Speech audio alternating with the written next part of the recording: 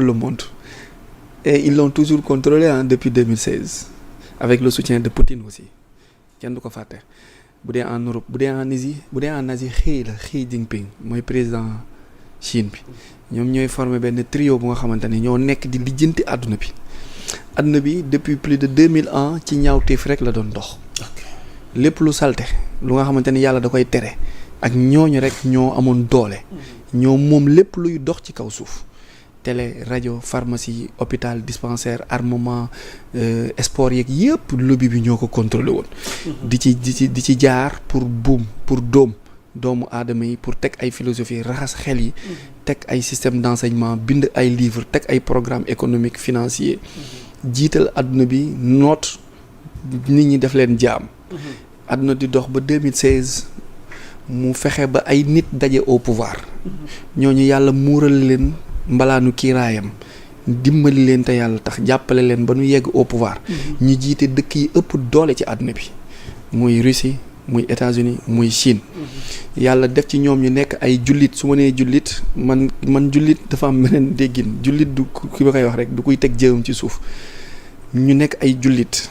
mooy ñu gëm yàlla nangu yenente mi ak ñi fi jot a jaar. ñu xam ni lii doon dox ci àdduna bi baaxul fi àdduna bi yegg si ba fii dara lu set dara lu baax amu ci ñaawteef ak musiba rek a fi nekkoon ñu fas yéene jug xeex jàmmarloo ak ñooñu noonu. moo waral ci xeex beeg jàmmaarloo bi Donald Trump teg benn programme bu nga xamante ne xamul fu nattu di jugee ndax ki ngay xeexal mën na xëy benn jour attaqué la. mu ni yow Elon Musk bi nga xamante ni tu es le plus puissant ba pare ci wàllum technologie say xarale ak sa xam-xam yegg na fu nga xamante ni lu nit bëgg am ci technologie mën na ko am. mun ko créer ma doom mooy pour ñi ñuy seetaan. comme boo demee jumaa Tiwaawan bi affaire boobu nekk ci digg bi mel ni kubéer mel ni booli boo këpp. mun ko da nga may créer lu mel ni dóom bu nga xamante ni day tiim États-Unis ba lépp luy bombe wala explosion wala missile du laal suuf su yegsee ay 600 et quelques satellites yooyu ñooy former lu mel ni mbaar fu bombe mënti nekk ak bombe bu mu mënti doon dañ koy détecter tas ko ci kaw ba du laal suuf moom mi ngi préparer ni. cooki fin bi ma nar a def ak ñi nga xamante ni waa kër Iblis la nekkee wuñ fa lu baax bis ma leen attaqué capable nañ attaqué États-Unis maintenant damay préparer wu pour que bis bu ñuy attaqué États-Unis du ñu am dara beneen bi mën na communiquer pour détourner regard souvent moom day def loolu Trump day communiquer ci benn affaire pour détourner regard yi pour que nit ñi dem topp lool alors que dans sa communication du loolu la soxla woon. mën na leen pousser à ce que ñu topp Elon Musk ñoom ñëpp. mu leen di divertir pendant ce temps moom mu nekk ci beneen programme wala mu nekk ci beneen projet ñaari analyse yooyu noonu moom lañ mën a jàpp ci projet bii nii mu bëgg a teg sur place. sa soppee internet yi ñu ngi ma bëgg a waxloo ci Soudan mais nga tënkal ñu rek situation bi nga xamante ne fi mu ne moom moo am ca Soudan fan lañ mën a jëm ak moom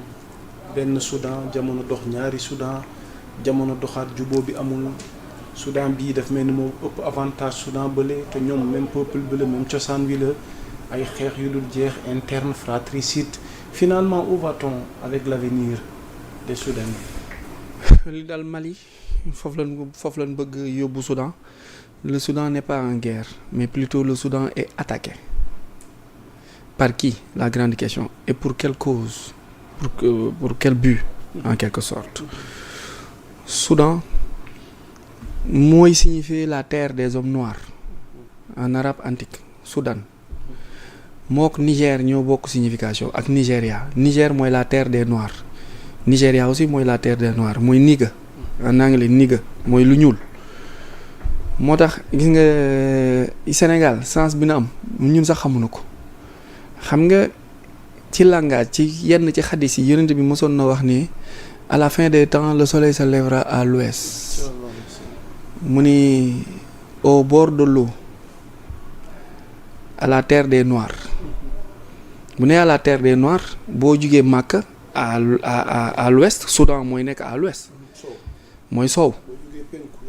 yaa ngi soow Soudan mooy nekk soow boo jéggee le Nil da ngay dugg Soudan ñu daw capitale ba Khartoum ni Soudan bii la yàlla waxoon ni fii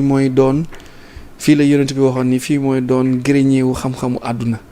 fii la àdduna di mujjee yëpp ci xam-xam ak ci leer. fekk juum nañ ci xam-xam. du woon Soudan le Sénégal la Sénégal moo njëkk a tudd Soudan moo tax ñun ak ñoom ñu nuroo ñu nekk benn peuple bi soo fa demee les Nuer ak les Dinka da nga fay fekk ay ñang ay gay ay jeng ak i jóob c'est un même peuple su ne au bord de l'eau complètement à l'ouest dans une terre bornée par 4 îles qui forment mon nom Dakar lay wax moo tax maam Limaamu Laay amoon sañ-sañ ni li ñuuloon fa lu weexoon fee moo ñuul fii xam na borom ajiboo daay laay fii ci booru ndox mi miim adam del miim del mooy Ngor Yoff Wakaam ak Île des Madeleines xam na bu baax li mu doon wax loolu mooy la profondeur de la quintessence de l'histoire du Soudan tubaab bi nag loolu lañ xam ci Soudan moo nekkoon Aksum moo nekkoon Abyssinie moo nekkoon Nubie moo téye woon toute la richesse intellectuelle morale culturelle ak socio-culturelle bu Afrique moo amoon ay néolithique nekkoon aussi Soudan pharaonique ndax pharaon yi ak pyramides yi Soudan la njëkkee avant ñuy dem Égypte mu am regroupement de plusieurs peuples mu am ñu xees ay arabes yu def migration mais mu am ay noirs aussi mu am aussi ay néolithiques maintenant ñi xees ñi bëgg am seen état mooy Soudan du Nord fexe ba ñu ñuul ñi mooy dingaay mooy ñi nga xamante ni man ak yow ñoom la ñuy nuru nekk au sud mais à l'est dafa am beneen peuple bu nga xamante ni nuruwul ñu ñuul ñi nekkul au nord nekkul au sud ñoo nekkee côté Darfour Fasher ñoom aussi dañoo taxaw ni dañuy xaaj dañuy jël seen wàll kan moo nekk seen ginnaaw tubaab yi ak ñenn ci arabe yi parce que foofu dafa am or bu bari mooy bandu Sahel bi yëpp riche léegi or boobu noonu ñoo monter ay milices ay rebelles ñii ci bu ci or bi ak pétrole bi brut di leen ko alimenter ñoom ñi koy def seeni gafaka léegi nag bu ñu créer histoire créer xeex après ci lan lañ jëm mooy dañ koy xaaj dañuy dagg Soudan mu nekkaat 3e partie parce que bëgguñu Soudan regroupé wu nekk benn force 1 2 Soudan moo nekk laboratoire lépp ñaawteef bi organisation satanique yi amoon biir Ukraine Soudan moo nekkoon seen sanctuaire moo nekkoon seen base comme ni Mali nekkee woon seen base ak seen sanctuaire maintenant bi leen Trump dàqijee mook Poutine jële leen Ukraine seen ñaawteef yëpp ñu ngi ko def ci ay bunker biir Soudan lépp luy xam rituel bi nga xamante ni Ukraine la nekkoon bi leen jëlee Ukraine danoo daw dugg Soudan maintenant boo fa demee doo ko xam bien vrai que guerre foo gis muy tàkk rek am na lu ñuy nëbb ci ginnaaw am na ay bunker ak ay tunnels yu nga xamante ni seen ñaawteef yi foofu lañ koy continuer di def donc dañuy moo tax ma ni le Soudan est attaqué le Soudan n'est pas en guerre mais le Soudan est attaqué 150 000 personnes jot nañ leen rey ci reyin bu ñaaw bu nga xamante ni atrocité bu extraordinaire maintenant ils veulent diversifier Trump ak Poutine ak xii si seen comme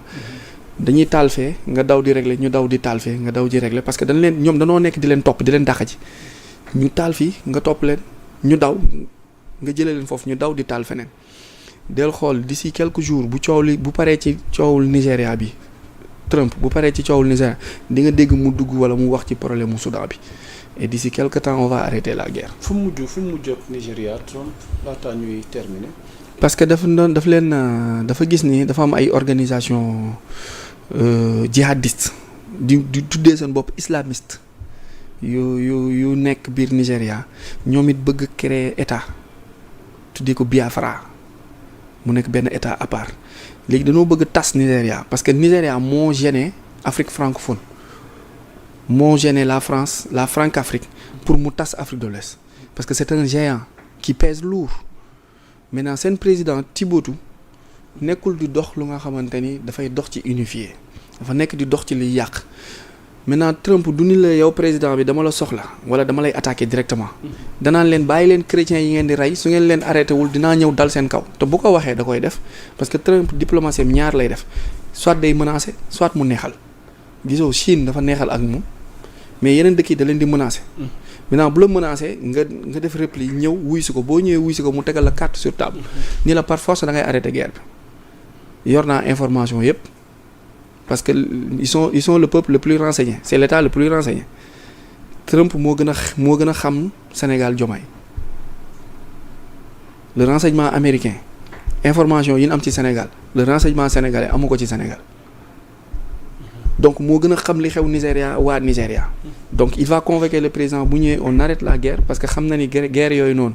guerre boo gis mafia la organisation lobby la bu nekk ci ginnaaw soit buy job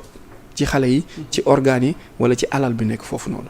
donc pression boobu la def seen kaw pour ñu mën a repousser ñu mën a reculer